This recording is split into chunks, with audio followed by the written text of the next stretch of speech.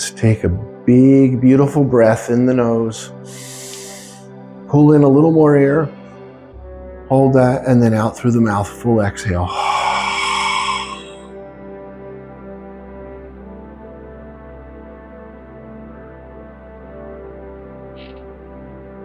Let's do that one more time. In through the nose. Pull in a little more. Hold. Full exhale.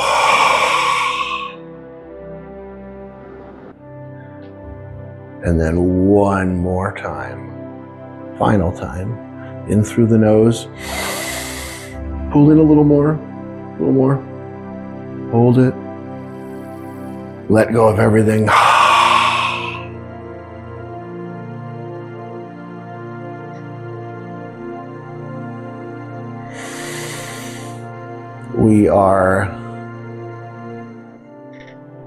We remember the phrase,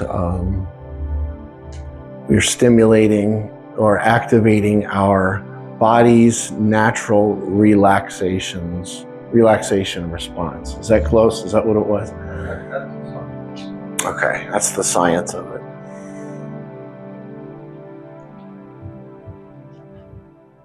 This is song number 3 in this service.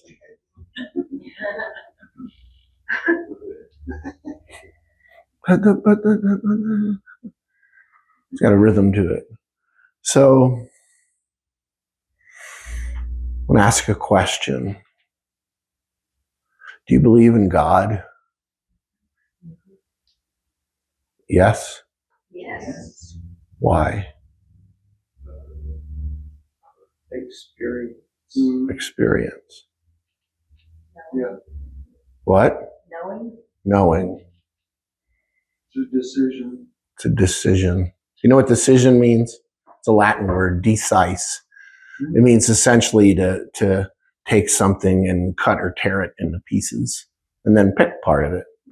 This is just a little, like, this is a gift someone gave me about 30 years ago. They're like, try transitioning from decision to choice. And then you can talk about it, and he'll drive up to 2 hours to hear you speak about it. Who's the third person? I'll tell you later. There's a cake break. I was going to say, is it you? He'll drive up to 2 hours to hear yourself speak. I have a little, everybody knows I love playing with thoughts and beliefs and things like that, but I brought along my favorite translation from Chinese to English of the Tao Te Ching. Funny, my other favorite translation, I had no intention of talking about this, but it was about a week ago, was 10 years since one of my, like, basically a second father to me, one of my mentors, this guy named Wayne had passed. And I remember being in Florida with a friend of mine. And it was like when someone called me and told me about it, it was like getting slammed in the face with a cinder block. But Wayne had put out a book of his own interpretations of the Tao Te Ching, because we were in these deep conversations about it at the time. This is back in the 90s. And I remember he was living at that point, he was still living in Florida. And he would drive across to, was it Naples, I believe, over Alligator Alley. And he would go Monday through Friday, write with all these books, all these different translations of the Tao, and then go back home for the weekend.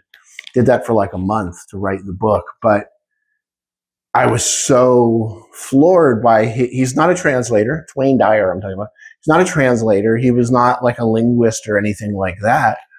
But I told him, I'm really impressed by this, because he wasn't trying, to be clever. He wasn't trying to be, whatever, worldly or anything. He was just getting into the silent space. He was following his breath. He was sitting in silence for hours, and then he would start writing.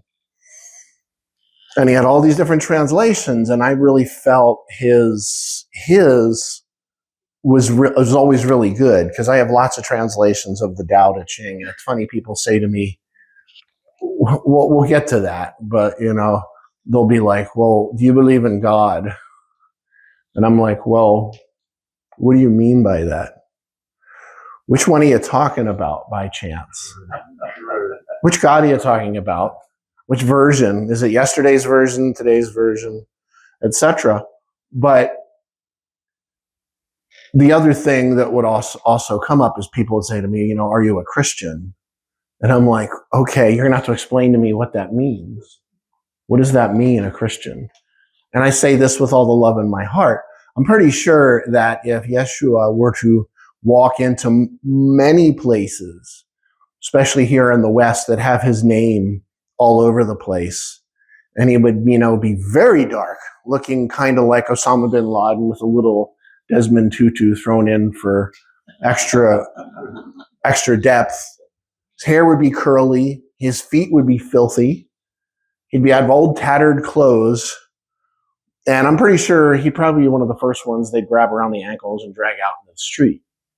Because he would, and I'm not even going into a political direction here, but I mean, you get what I'm saying, the people he was hanging out with, etc. But when people say, am I a Christian? I'm like, I'm not interested in putting anything there, any labels after that. But what I will say is if I had to pick one, for years it was Buddhism. And then after a while, maybe 30 years ago, all of a sudden I realized I was kind of a Taoist. And I'm going to just read the beginning of the Tao Te Ching, just the first few lines to give you an idea of kind of how I live my life. But I'm not addicted to this. I'm not attached to it. It's just some great words. The Tao that can be told is not the eternal Tao. Let me rephrase that. The God that can be told is not the eternal God. The name that can be named is not the eternal name. The nameless is the beginning of heaven and earth. The named is the mother of me and my gadgets, the mother of 10,000 things. Ever desireless, one can see the mystery. Ever desiring, one can see the manifestations. What does manifest mean? Latin word. Manus festus, hand. Means as obvious as my hand. Basically, it means obvious. So one ever desiring, one can see what is obvious. These two spring from the same source, but differ in name. This appears as darkness, meaning the manifestation appears as darkness, darkness within darkness. All of a sudden they got a lisp there. Darkness within darkness, the gate to all mystery. What does darkness mean? No light. No light. What does light mean? Jesus. No, that was a good one. Jesus, praise Jesus. Thank you, Jesus. I love you, Jesus. I'm not even saying that to be funny. I spent a lot of time in like the charismatic movement, not in it, but on the edge of it, watching it. And there was this, I remember in Largo, Florida, I've never talked about this. There was this one woman who would sit there in this one gathering at this evangelical church that I would go to this Wednesday service. And her heart was so open and so pure. She was the mother of everyone. She was the one that would just walk by and touch, like the hem of the garment kind of thing. She was always asking how everybody was. And she totally and completely bought everything about Jesus and died on a cross for her sins and all of it. And she was amazing. So first of all, don't tell me someone can't buy that whole theology and not still be an incredible person. They don't have to attach politics and all this other garbage into it. But she would be there during the service, just praise Jesus. I love you, Jesus. Thank you, Jesus. Thank you, Jesus. Praise Jesus. Just the whole time in this like opening. And all the kids there would like laugh and giggle. And I remember leaning forward to one of them once. I was like, if you learned how to listen to her, maybe you would actually realize it was making you cry and you were trying to cover it up with your laughter.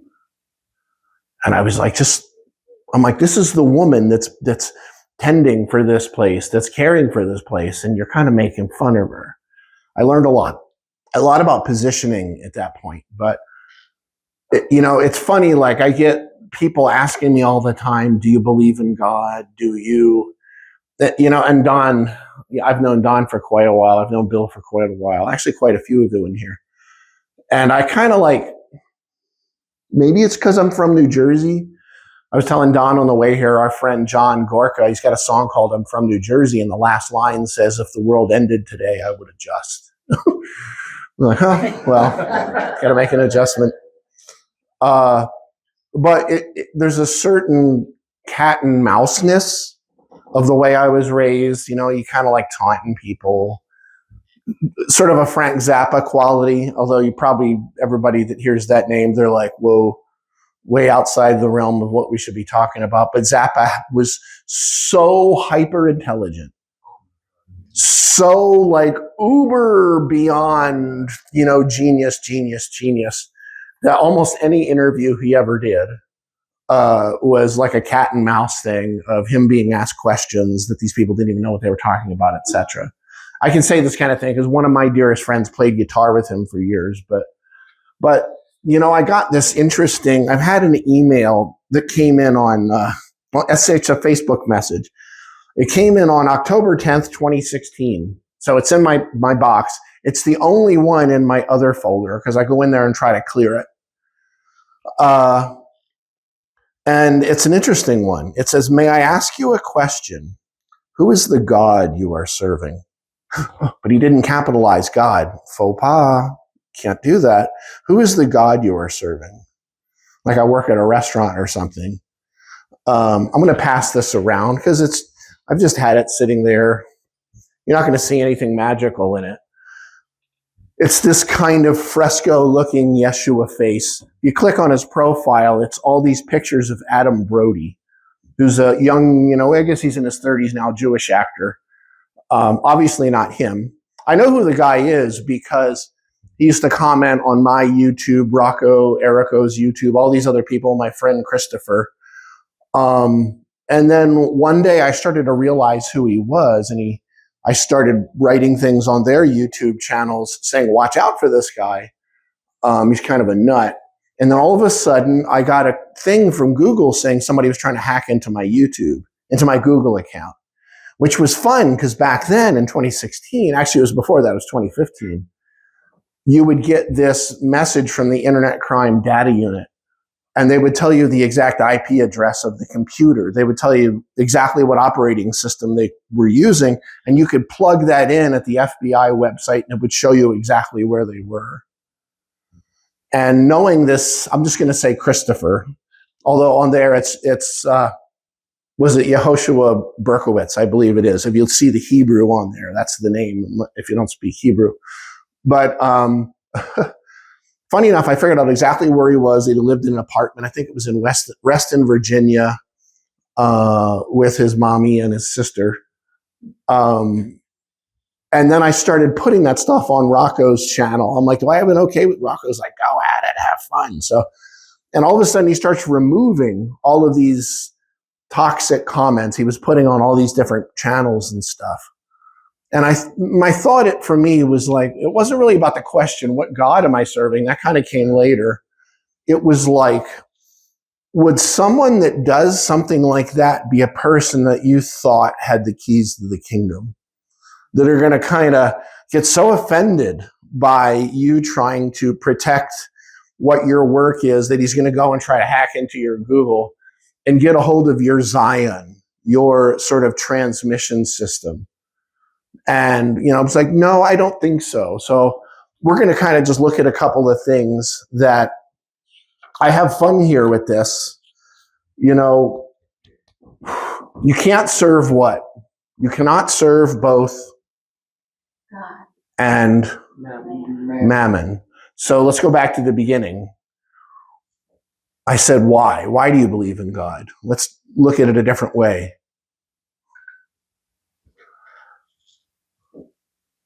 Experience.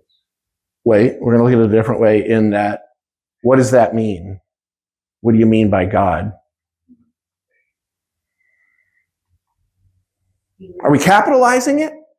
Or is it just one of those little G's? The creator. The creator. Anything else? Qualities, anything? So you can't serve both the creator and mammon. That's a little stronger. We're kind of getting more. Let me add something here from the Aramaic. It's funny that the word translated as God does not mean God. The word Yeshua used, Yeshua, that word that fell from his lips in Aramaic, well, there was two. It was Elohim from the Hebrew, but it wasn't the one that was generally falling from his lips. The one that generally fell from his lips sounded like this. Oh,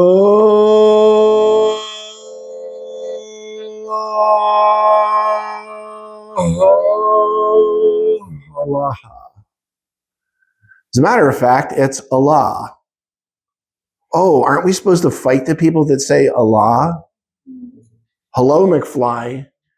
Guess what word Jesus used? It was, I say Allah with a little giggle at the end. Allah.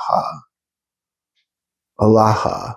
The al means everything, all, only. Like when you hear El, Elohim, Elat, those different sort of ancient gods, it means everything contained in one singularity, like that right there. That's the al. And the ha is kind of has a bit of a ruha, the word spirit, breath, magnetism, heartbeat, has a bit of a pulse to it. So in a way, we're kind of saying, and I'm going out on a limb here, that the all is alive, the all breathes, the all, whatever you want to say there. But what's fun is you say, like, okay, I can't serve both Allah and mammon. Okay, what does mammon mean? I talk about that in here sometimes, but there's smoke coming out of Bill's ears right now. It's like a crackling sound. It's like all stuff. Stuff. What are we usually told it means? Money, right? No, it's not. It's well, of course it's not. Look at, I'm not naming any tele-evangelists or anything, but it's a funny, Les Brown, he still says, everybody says money is the root of all evil, but they all want to find out for themselves. Mammon, I'll tell you what mammon means. It means materiality. Now, that could be stuff, but what that really means is believing that what your intellect, what your BS, your belief systems, I don't know what you were thinking there, is telling you is what's real. In other words, kind of like you're reading the codes, you're reading the facades, and then having a relationship with all of these beliefs, all of these facades, all of these ideas. It's what we do as a human being. It's just how it works. And somehow saying that's God.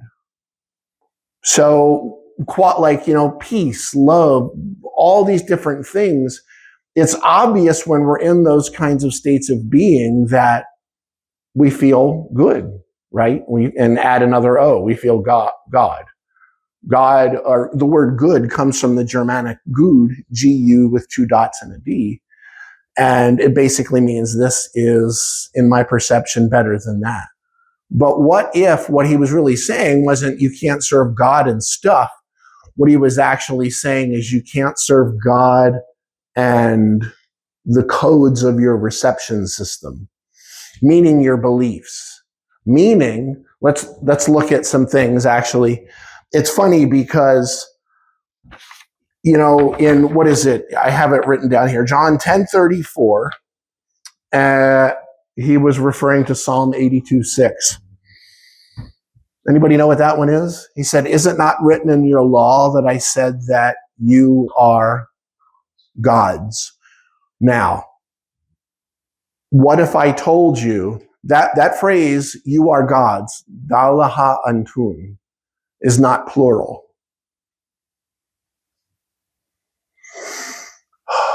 It's not plural. He wasn't, you really have to go out on a limb linguistically to turn that into you are gods.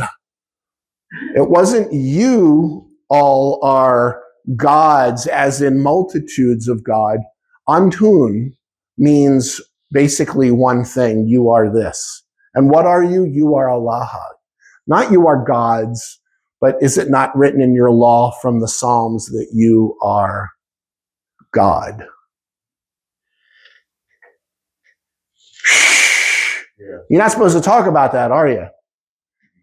God is supposed to be that lofty, bigger, something that we can't touch, which there's, truth in that sense. But it's funny because one of the problems we have today is we talk about, and I talk about it in my book, Echoes of an Ancient Dream. I talk about Marcus Borg in meeting Jesus again for the first time, which is just one of my favorite titles ever. He talked about being a kid, and I had the same issue. And he talked about being told that God was in heaven and that somehow God was everywhere. Huh? So where's heaven? Everywhere. Well, where did we think, and where does the theology base? In the sky. Why would you think heaven's in the sky? Do you actually know why? There's a very simple answer. It's not here. Well, that's a good way to put it. It's not here.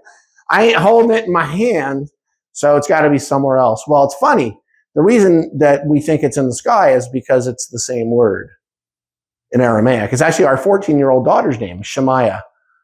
That's the word heaven. But guess what? It's also the word sky. Because in ancient times, can you think of any other example you could give of something that appeared limitless? Even though scientifically we know it's not. Your brain can't handle that thought, but just like kind of a God that has no limit. So, of course, that's why he would have to say, if heaven was in the sky, the birds would get there first. If it was in the water, the fishes would precede you, etc. And he was constantly saying, I'll give you a couple of quotes from the Gospel of Thomas. What you seek has already happened, but you do not comprehend it. The kingdom of the Father is spread out upon the earth, but men do not comprehend it. They do not see it. Why? Because you're looking at mammon. What does that mean? Because you're looking in the world. What does world mean? The world's Alma in Aramaic. I can tell you exactly what world means. It means E equals MC squared.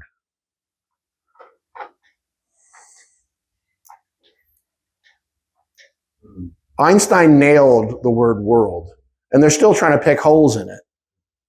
And then usually they'll go, oh, look, there's a flaw. And then, oh, wait, never mind.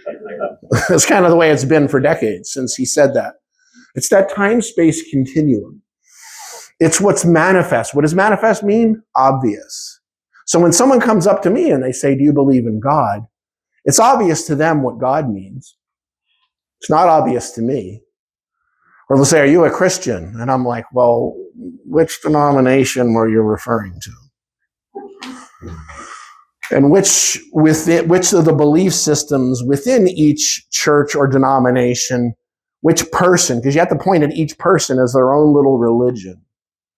It's funny, though, the key here is that in ancient Aramaic, the thing that clipped me or clipped, Marcus Borg was we're told God's in heaven, God's somehow everywhere, but then we don't get to heaven until we die. You know what's funny? There's no word in ancient Aramaic for afterlife. You got sold a crappy bill of goods. There's no word for afterlife. There's only, the closest one I can give you is Bishmaya, which means the world that is yet to come. The physical manifest experience that is yet to come. But they had no word that meant the opposite of life. There was no word for it. Or something yet to come. And I'm going to make a little distinction here. We're going to bring this kind of foundation in here at the end. And I want to say this. We tend to think today of, and I've said this here before, death as being the opposite of birth, or death as being the opposite of life, technically. But life has no opposite. What we artificially do is we look at that parentheses in eternity of birth and death. And we artificially, what does artifice mean? It means false face. Remember when Yeshua was saying, that in which you judge another, you are guilty of practicing. And then he called them something. What was the word? Hypocrite. What does hypocrite mean? People say talking out of two sides of your mouth. The word hypocrite in Aramaic is ape. It's the same word as veil, the veil in the temple. Where's the temple? Right here. Technically, the veil in the doorway of the temple was rent in twain from top to bottom. But that word ape, hypocrite, what it actually meant was persona. Mask or facade. The persona that eventually after birth at some point you start constructing this persona. It has a name in Koine Greek. It's called ego. You know, Lego my ego, like the waffle. We mispronounce it today as ego. But ego is the individualized self, that sort of facade that we build. That's not a bad thing per se. It's kind of a bit of a safety mechanism. People say, I want to have ego death. I'm like, oh, you want to pee on yourself, fall on the floor, and walk in front of traffic, huh? That's what's going to happen without an ego. You know, what we need to do is have a healthy relationship here if we're going to be in this. But what's very intriguing here, though, is that facade. He was able to recognize that and say, it's your facade that judges others. But yet he offered something. You know, underneath that birth and death is that realization of the Aramaic culture that life has no beginning and no ending. Birth is almost a bit of a death. It's, you know, another one of my mentors, Stuart Wilde, Stewie would say, Dale, it's like, I can't do his voice, but it's like you're thrown down into the grossness of matter. And the point of life is to find maximum fluidity within the grossness of matter. You were thrown down in a swimming pool, almost like you're doing calisthenics, physical rehab. But I remember him saying back in the 90s, he's like, be ready. He said, because the water is going to start turning to jello and then it's going to turn to concrete. And I'm like, when's that? He's like, 20, 30 years. Sound familiar? Almost not even able to move in the pool right now. So maximum fluidity within the grossness of matter. How do you do that? By going back to God. How do you get back to God? How do you get behind the facade? He told us that too. He had different names for it. He called it a door, called it a gate, called it an eye of the needle. No, the eye of the needle is not a door in the walled city of Jerusalem that a camel had to get on its knees to get through. That was made up. It's not true. You've all met the door. You've met the gate. You've met the eye of the needle. In meditation, you ever have a moment when you're going like that? When you feel like you're falling off a cliff backward, but your eyes closed? You kind of go through this little tunnel, turn inside out and pop out the other side. I'm saying that in a metaphorical way. But what I'm saying is now more than ever, this is the time for us to really wake up, pay attention, and let go. Let go. Because whatever you're holding on to, let me put it this way, this eternity and in between that eternity and that birth and death of human life, you can almost say it's like a portal, the door. The word's tereia in Aramaic. I am the gate. I go in and out and find pasture. That word pasture, anepuk in Aramaic, means a field of fertility, a fertile field. Doesn't necessarily mean a grassy field that sheep are eating grass off of. But he talked about going in between those two. Because down here, let me give you some examples of what lives up here within the parentheses. Okay, these are all fingers pointing at the moon in words of the Buddha. Beliefs, knowings, theories, knowing. Let's look at going from belief to knowing. There's still a knower plus a known. You have to know something. You're still separate. Theories, theology, science, sacred geometry. Sacred geometry is beautiful. It's amazing. I love it. I love the flower of life. I love, all of the Kabbalah, all of it. But it's all talking about the manifestation. That's not bad. That's not a bad thing. But I'm saying it's not Here it comes. It always happens. What you are looking for is what is looking.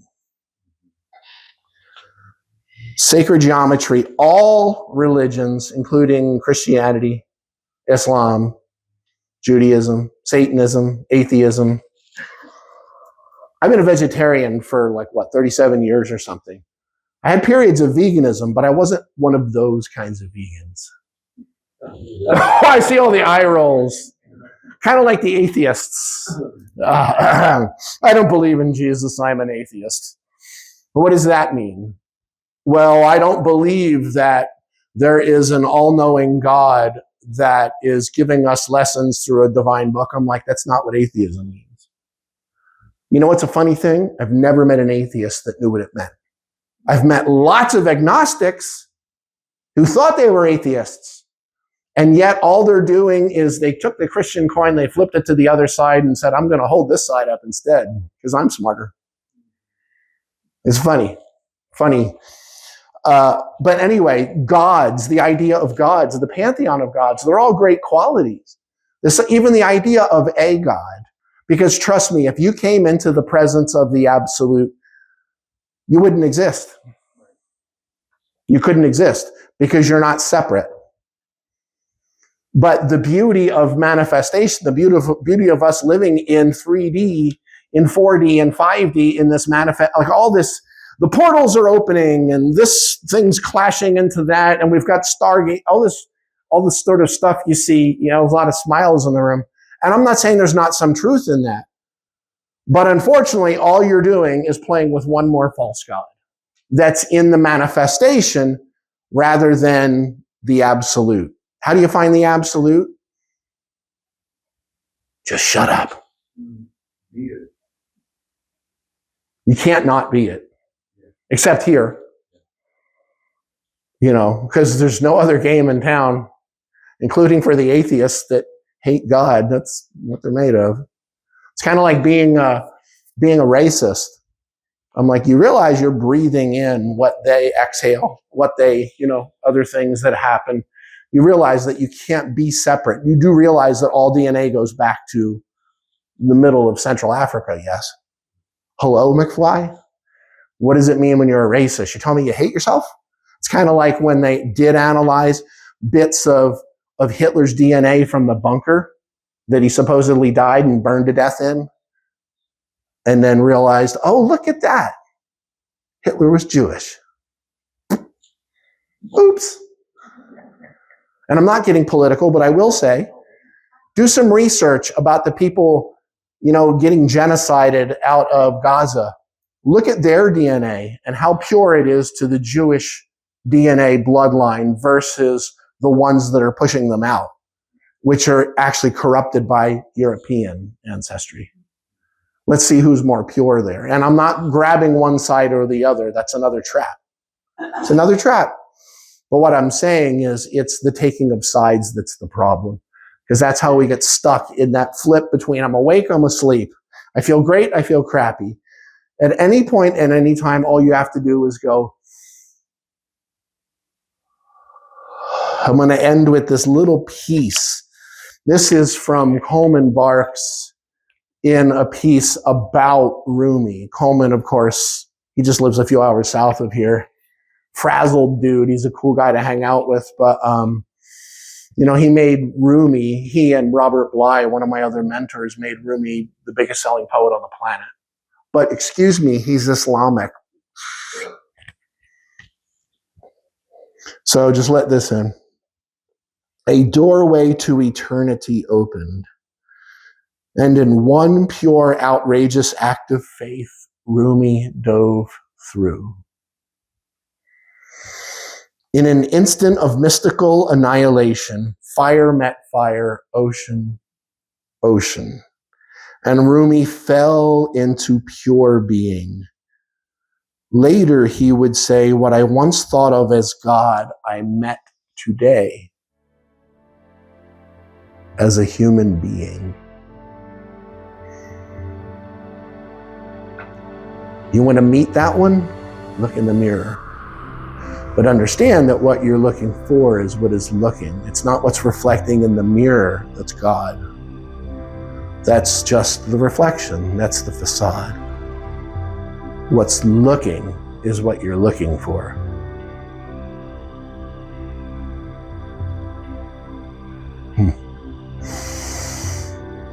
Amen.